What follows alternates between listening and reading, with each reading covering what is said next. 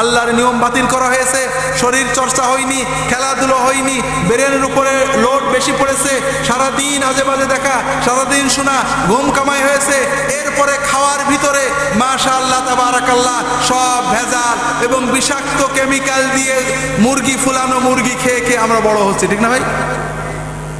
তাহলে আমাদের এই ছেলে মেয়েদের ভবিষ্যৎ কি উজ্জ্বল না অন্ধকার? এদেরকে বাঁচাতে হলে কি করতে হবে? বেশি বলার সময় নেই। আপনাদের একটা বিষয়ের প্রতি দৃষ্টি আকর্ষণ করছি। দুনিয়াতে কেউ কি বলে যে আমরা জিনা ব্যভিচারের প্রসার চাই? বলে নাকি? বলে নাকি? অনৈতিকতার প্রসার চাই? বলে নাকি? মাদকতার প্রসার চাই কেউ বলে?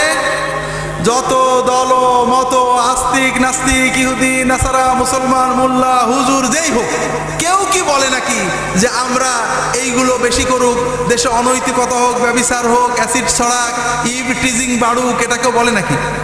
বলে নাকি ভাই? বলে না। সবাই বলে এগুলো দূর করতে হবে, বদলে দাও, ভালো হয়ে যাও, প্রতিজ্ঞা করো আর খারাপ করবো না, সবাই বলে। কিন্তু এখানে ইসলামী সিস্টেম আর বাণিজ্যিক সাম্রাজ্যবাদীদের সিস্টেমের ভিতরে পার্থক্য আছে।